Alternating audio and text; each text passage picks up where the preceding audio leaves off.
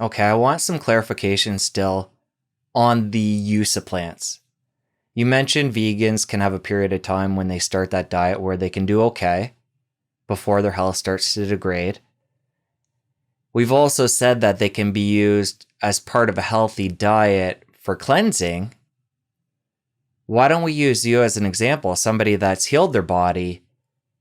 How do you go about using plants day in, day out as a healthy cleanse? Plants need to be properly prepared in order for the human digestive system to handle them appropriately so they don't damage us. GAPS diet excludes seeds. We do not have grains. We do not eat potatoes. We do not eat sugar. We eat nuts, but nuts and oily seeds such as sunflower seeds, pumpkin seeds, and sesame seeds are properly prepared. The best way to prepare plant matter is fermentation. Human beings for thousands of years have been looking for a way of preparing plants in a way to make them a little bit more feeding. So they've understood through experience that microbes are the only way to go, because microbes are the only creatures that can digest plant matter. So people would ferment plants, basically asking microbes to digest that plant for them before they eat it themselves. So what happens during fermentation? The plant gets pre-digested. All the difficult to digest substances get broken down into something easier to digest for the human digestive system.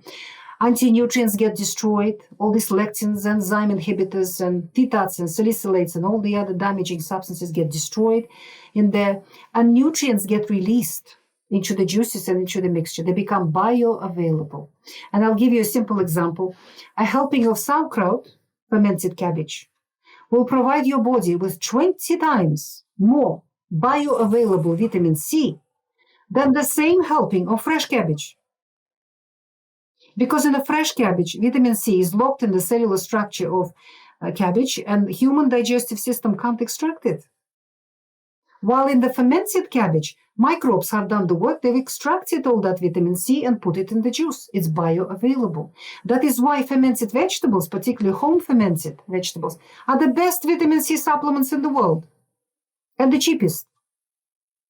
And when people used to live the way we live on our farm, when you get your harvest of cabbages, if you don't do something with them immediately, they just wilt and die and mold, and you'll be left without cabbage for the whole year until next September. And cabbage takes 8 months to grow, I'll tell you. It's a lot of hard work. You don't want to waste your cabbage after you've grown your harvest. So we make sauerkraut. We ferment all of our vegetables, all our surplus vegetables that we have, we ferment. And sauerkraut, fermented cabbage, keeps for 6 years, 7 years, getting better and better. And we then add it into our soups and stews, and we eat it all year round until the next harvest. So we have fresh cabbage only in September, when the cabbages are ripe, only for a few weeks.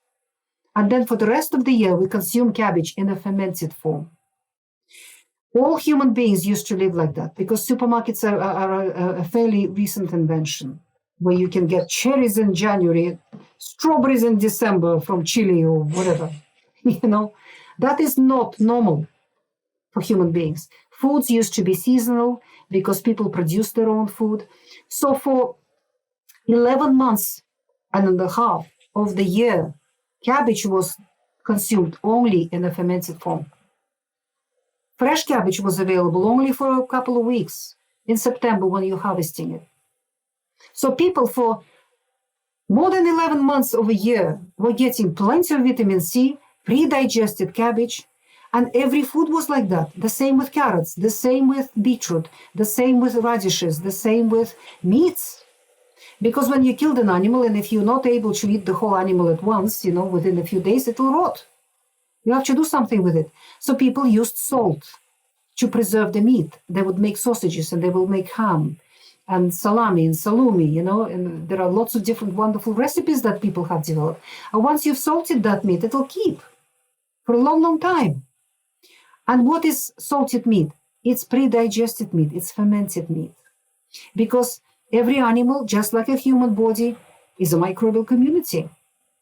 So when you hang it, when you've salted it, the purpose of the salt is to suppress putrefactive bacteria, suppress the rotting microbes. while the microbiome that's already in the meat, already in the body of that animal, starts producing lactic acid and starts pre-digesting that meat and preserving it. And it's the lactic acid that preserves it for you. And they pre-digest because meat contains its own form of starch called glycogen. It's a very similar molecule and it's structured to starch that you get from potatoes and grains. And so these microbes then, these bacteria in particular, they break all that starch up and turn it into lactic acid. And during the process of eating up the starch, eating the glycogen during fermentation, they would produce a lot of enzymes which then pre-digest that meat for you. That is why eating pork that has been salted and fermented that way is far more beneficial for human beings, and beef, and goat, and lamb, and any other meat. Koreans always marinate their meats, and traditionally they marinated it in kimchi. They would mix the meat with kimchi and leave it for a few hours. So the microbes and the lactic acid from kimchi, because kimchi is a fermented vegetable, would pre-digest the meat for them. And only then they will cook it and eat it. So human beings used to consume on a daily basis, the whole year round, majority of their food in a fermented form. Because fermentation preserves food for a long, long time. It stores food for you and preserves it for a long time. And because all foods were seasonal and they were not available every day, you could not just pop around to a corner shop and get anything you like. You know, you had to grow an animal and kill an animal and then preserve the animal, and then you would be eating that animal for a few months before another animal might be available to you. And the same with vegetables and the same with anything else. So people learn through experience that fermenting foods, and anything can be fermented. Chinese ferment eggs in their shells, and it turns into a substance that looks like a blue cheese, apparently very, very nourishing. So anything and everything can be fermented. And people found that through fermentation, they can preserve food for long periods of time, neutralize anti-nutrients in plants, and make the food far more digestible and far more nourishing and feeding. So through fermentation, plants can become a little bit more feeding, not just cleansing. Okay, so that's how people started eating plant matter. You gave a number of great benefits there of fermented foods. One thing you didn't mention, which a lot of people do that are more conventional, is that when they have these foods that have bacteria on them and in them at that point after they've been fermented, if they haven't been pasteurized, they're getting that bacteria in the GI tract. Absolutely. Fermented foods are probiotic foods. You're getting natural probiotics. And, you know, in Europe, people traditionally fermented dairy. They made cheese. Cheese is a big culture in Europe. You know, and they the butter was always made from soured cream, so that the butter was cultured, not fresh butter, because fresh butter is difficult to make, while cultured butter is very easy to make. You can make it by hand. You don't need a machine for that. You know, so people always had their butter, which was cultured, and their cream was cultured, and they ate cheese. So most dairy was consumed in a fermented form. And the same with meats, because most meats were preserved with salt, so they were fermented. Majority of everything people put in their mouths were fermented foods for thousands and thousands of years.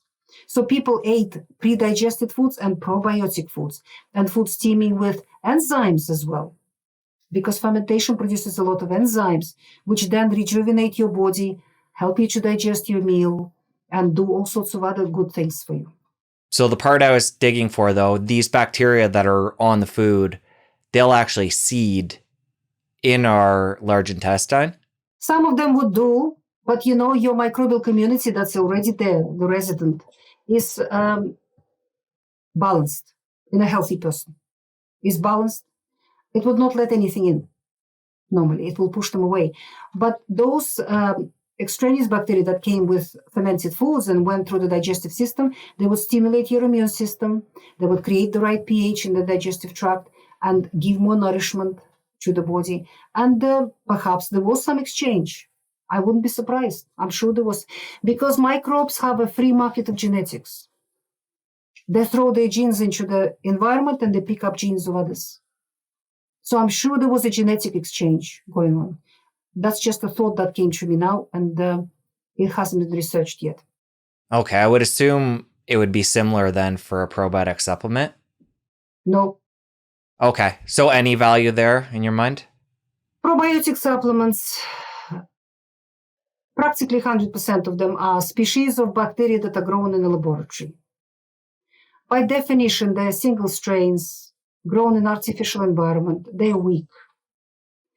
Nature doesn't do that. It doesn't do monocultures. Nature grows everything in a mixture, in a balanced community.